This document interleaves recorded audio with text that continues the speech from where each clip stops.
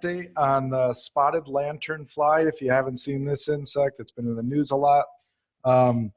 Luckily, Washington State was able to attract Sven-Erik Spichiger to come and assume the role of WSDA entomologist and lead entomologist and help us at least, have this on our radar if it does show up, and we'll have a good response to it. So I'm going to pass it over to Sven-Erik.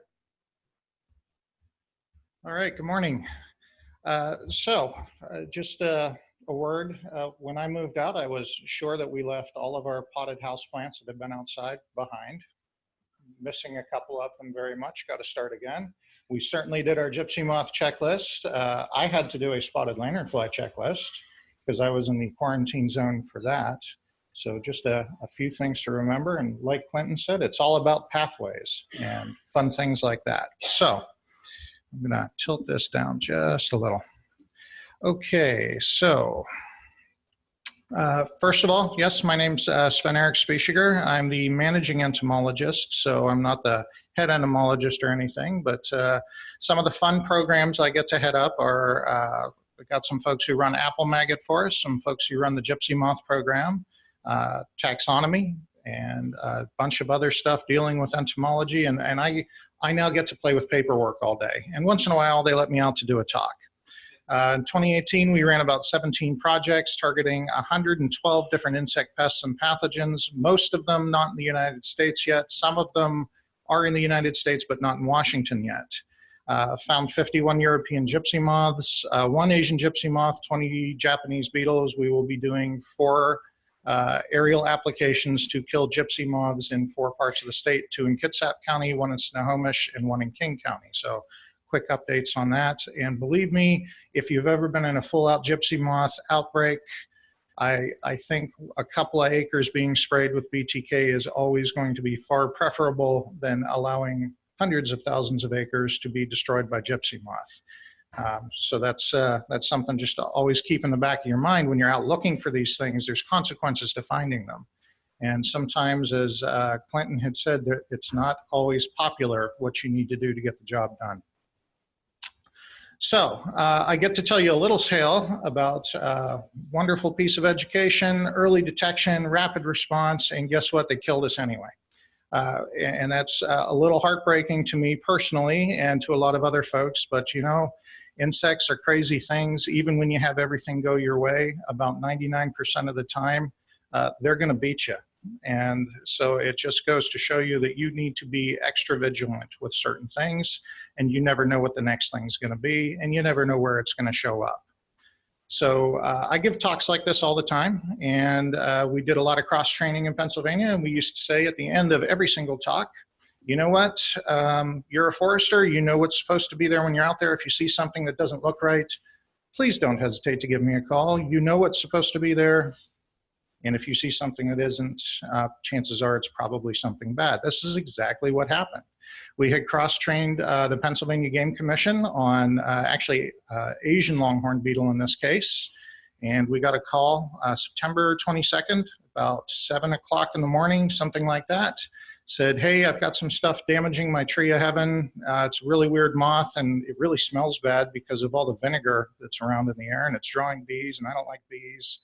And really, I don't recognize it, and nothing really ever kills tree of heaven. Could you guys come out and take a look? So we piled into a car, 9 o'clock. We were down in eastern Berks County and found something new to the country called Lycorma delicatula, soon to be named spotted lanternfly. Little unusual to find a full gourd in Pennsylvania. There's only 17 in North America now with the addition of spotted lanternfly, and only about 700 in the world. Most of the ones in the United States are in the southwest and southeastern parts of the country, and we didn't really actually have any up north in Pennsylvania. So this is all of them. So this is a group where, yeah, it was pretty easy to recognize it shouldn't be here. We know what they all look like, and the big one in the middle there is new. All right, where's it from? Well, like so many of our wonderful invasive friends, they're from Southeast Asia, unfortunately. And we do a lot of great trade with them. And who could have possibly thought that trading stone with them would lead to the introduction of a full-gored insect? And that's kind of how it got here. So right now, you're looking at an insect that was native to Bangladesh, Vietnam, and China. It got introduced into Japan, successfully established there. South Korea, where it very quickly became a problem on things like peach and grape. And then unfortunately, back in 2014, very late 2014 in Pennsylvania, and you can now see we're getting reports that it's actually now in New York, Virginia, New Jersey, Delaware. So we found this one early, we jumped all over it, we did some pretty aggressive stuff, and it's still proving to be quite the challenge. I took the liberty of putting 2 red lines on this map just to kind of show you what the potential is from its native range to here. Obviously, this is a trick. These lines actually bend a little based on what the climate is here, but I think you can see that at least Washington probably should be taking this pretty serious. This is the most up-to-date map from the East Coast. Berks County is in the middle of the blue area there in Pennsylvania that you can see. And you can see it's sort of been radiating out, and we've been getting spot detections in other areas, and they're really starting to do some aggressive programs to jump all over these and wipe them out when they're small. And actually it does seem to be helping a little bit to slow the spread, if you will. Last thing we want to do is have another gypsy moth-like program where we're in slow the spread and spending billions of dollars every year stopping pests from getting to new places. But I can assure you from the pictures you're about to see, you don't want it established. So you want to take it out in small patches when it gets there. This is a Pennsylvania map. I still have access to some of these. What's very hard to see on this is these blue dots, which they are calling regulatory incidents. And what that means is they found a few, but they don't think there's a population there. So when I see more than 10 regulatory incidents in one place, to me, that's infested. So you're going to see a few more counties in Pennsylvania go, and you're going to see they're probably going to run out of resources to really clamp this down, which means you have to start thinking to the next level. It's here, it's moving. How do we stop it from moving fast, and how do we wipe it out when it gets to a new place? Washington's already been vigilant through our great pest surveys and through some other surveys. We've already looked at many areas. Now our surveys are mostly tied to commodities, so a lot of the survey work we do would be protecting grapes or timber commodities. And so we get people out and about looking around. And all the yellow dots up there represent negative survey sites for spotted lanternfly. And so outstanding job here in Washington. And yes, as of today, it's not here in Washington yet. Spotted lanternfly, we're going to talk about it for a little bit here. It makes use of over 70 different species throughout a good portion of its life stage. However, I'll preface that by saying that if you have 50 plants here and 1 tree of heaven, which is Ailanthus altissima, 9 times out of 10, they're going to go to that tree of heaven through any part of their life stage. However, there is a small portion of their life stage, and this is towards the end of summer when the adults have just come out and are getting ready to mate and do their thing. They make a beeline for tree of heaven, and it's almost like it's required. And so that's good to know. That's found almost everywhere in North America here. So there's definitely its favorite host or almost required host is a potential for here. Recognizing tree of heaven for a lot of the folks that I train is very difficult. At least back in Pennsylvania, we had some lookalikes. Generally speaking, tree of heaven smells bad. That's what I like to say. So if you break a leaf off, it smells like burnt peanut butter. You don't get milky white sap. It has smoother bark, compound leaves, but it can be confused with other things out there. And for the layperson, it can be confused with a lot of things that are out there. Black walnut, this grows everywhere, almost like tree of heaven, but not quite as bad. It has compound leaves. To me, the bark looks completely different, but I had a lot of college seasonals out doing survey, couldn't tell the difference between a tree of heaven and a black walnut until we really gave them training. This also smells when you break the leaves, but it's completely different. And generally speaking, there's a large green walnut on it during the time of year we're asking you to look. So just throwing that out there. The one that's forgivable is sumac, and that's all over the place here. It's the first thing you notice. If you're doing the good old 60-mile-an-hour survey where you're checking out the roadside as you're going by, This may cause you to stop and get out of your car, but then when you get there, you're going to find some differences. Bark's a lot smoother. There's a red seed head that's pretty, unmistakable if you really take the time to look. When you break these leaves off, you're not going to get a real strong pungent odor of any kind, and the sap is going to be milky white. And by the way, the real way to tell this apart is leaf scars from Tree of Heaven are heart-shaped, whereas these are oval. So that's the best way to do it. Now, the impact. An invasive species is only an invasive species if it's causing problems. We get a lot of introductions every year that nobody ever finds out about because, you know what, it just really doesn't do anything. It just becomes part of your life, may displace something, but you don't notice.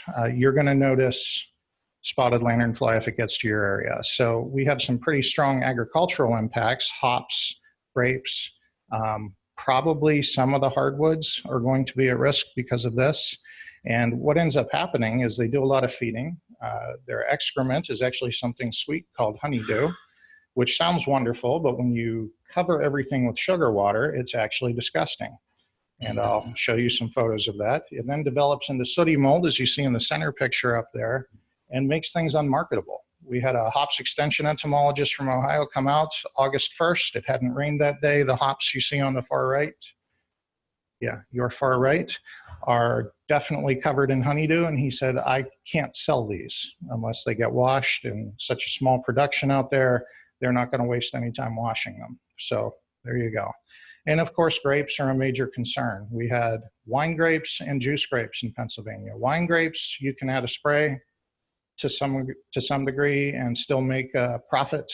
Juice grapes, you add one extra spray, your farm is out of business. And so this is one of those things where you start seeing numbers of insects like that on your crop right at harvest time. This is a major source of trouble for some of our growers back east and could potentially be a disaster out here. Hopefully we can get this video to work here. Yes, okay, so honeydew. I want you to watch this one here. Is it still going? Don't stop. Uh-huh. All right. You'll notice, yeah, all right. I'll just keep my finger right here and keep it going. You'll basically notice them starting to shoot out honeydew here. Uh-huh. Oh, we gotta watch again. But in particular, pay attention to the one I pointed to. I'm kind of afraid to move the pointer. I think that might be what's doing it. But you'll see rain starting to come down on, there she goes. And she keeps shooting out honeydew, keeps shooting out honeydew. So if you grow plants and you realize you have a rather large insect like this, removing phloem from your plants in numbers like this, you know what, that could be actually a little bit scary. And so 3 grape growers that experienced this kind of damage in 2017 basically had vines that shriveled up and died the next year. No crop the year following. Penn State actually did a little bit of studies, but you can see this is only during a certain portion of the year.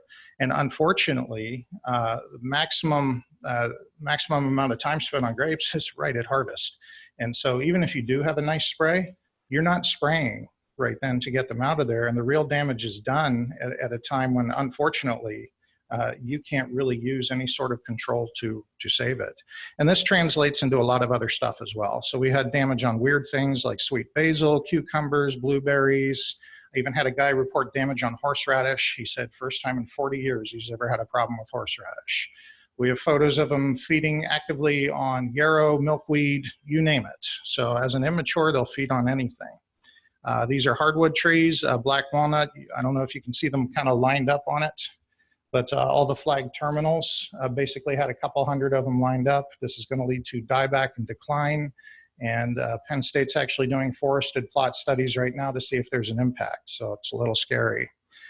This is a giant black walnut tree with a lot of yellow limbs on it. These were all damaged by spotted lanternfly feeding and standing under there when you walk away. Now I told all these people to wear a hat. You need a shower. I mean, that honeydew that you saw her shooting out, it's like it's raining and it's really disgusting to be underneath it. Interesting though, I went back to this a couple of weeks later. So this is in the first week of August. They're all over the black walnut. I go back to the same site, not a one on black walnut. They had all basically made a beeline for the few remaining Ailanthus that we left on the site. And so they really do seem to need to make that move right before they mate for the year. And you can use that against them, which is really cool. These were scary shots from a farmer claiming yield loss on alfalfa, soy, corn, things like that. We couldn't corroborate any of it. He obviously sent us the photos and they were definitely mixed in with his crop.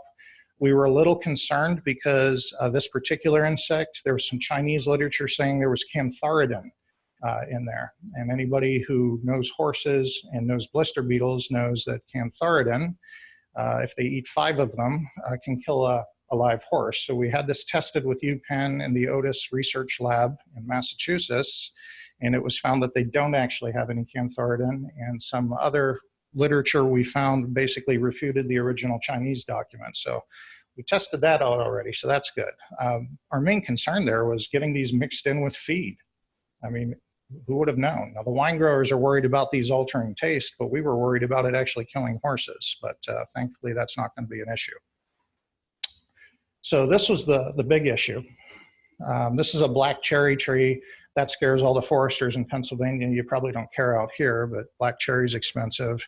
But what you might notice on that picture is there's a toddler swing there, little playthings. Picture your grill, your picnic table, your deck. All of those are taking a really quick meal and moving on. So this is kind of a trick shot. They're not going to hang out there forever. This is swarming behavior that they do. But what this causes calls to local politicians. And when that happens, the people who are a couple chains up from me, they start getting calls. And then I end up in a Senate committee hearing actually dressed nice for a change.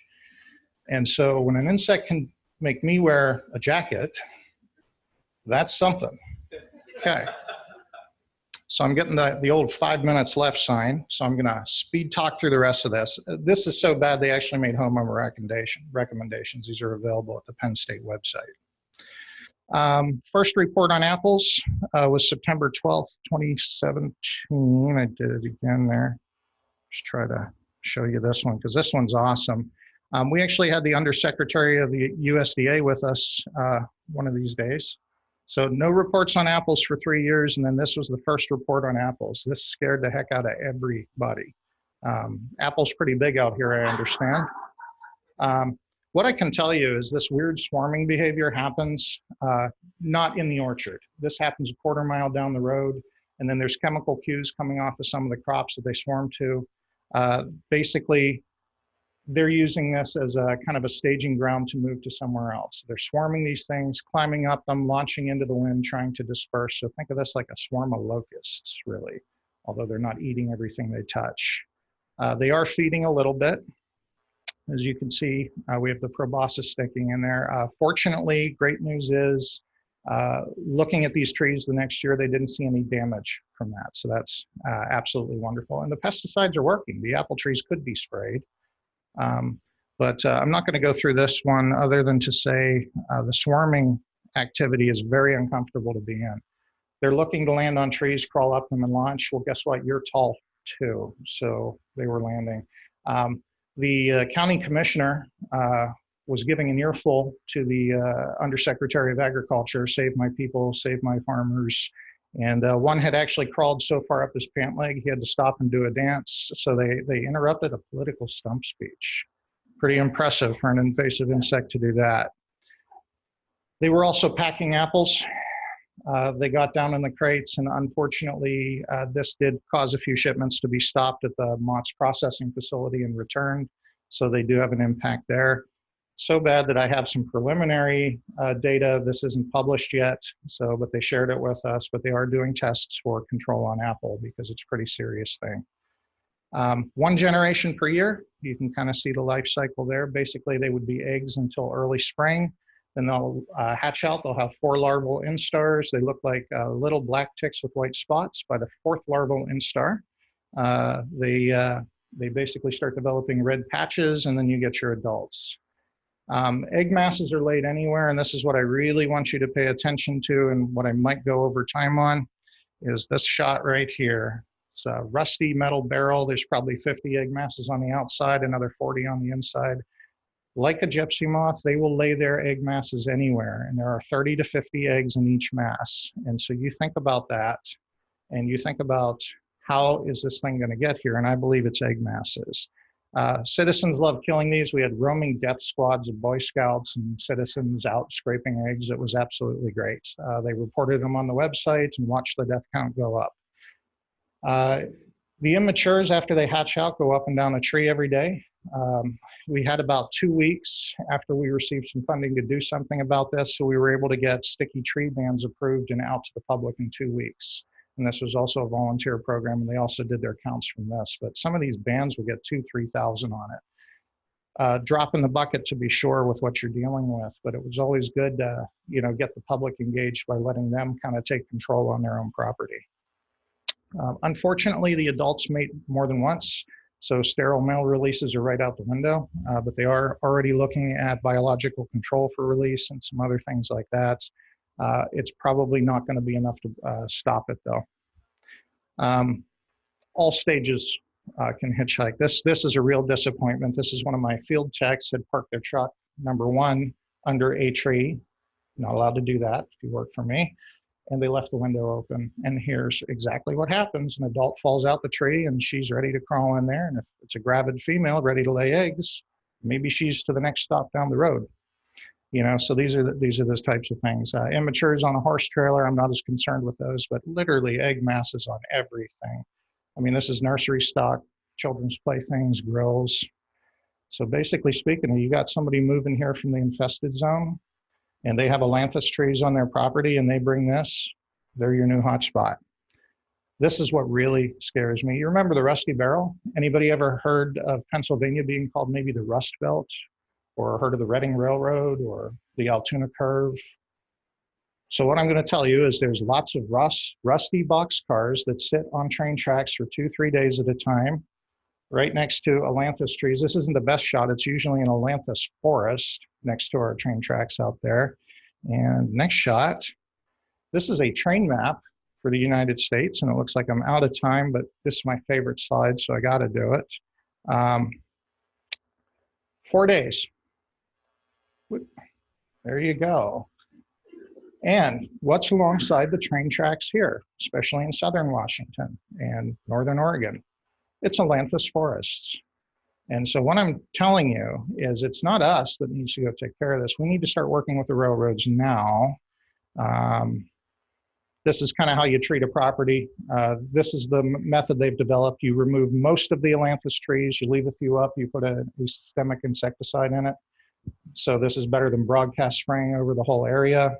The adults flock to it, they feed on it, drop dead. It's basically an attract and kill strategy. Works very well, gets rid of most of the host material and kills them by the hundreds of thousands. And they're developing that right now. But my humble advice, ailanthus is not an ornamental, it's an invasive. Please stop planting it, please stop selling it in nurseries, and we're already moving towards that. Map and remove it.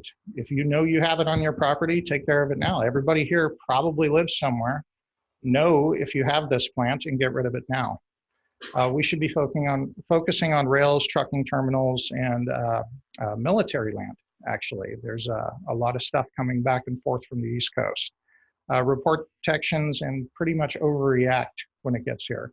If you wait to see what happens, you don't need to wait to see what happens. I'm telling you what happens. It gets out of control almost overnight.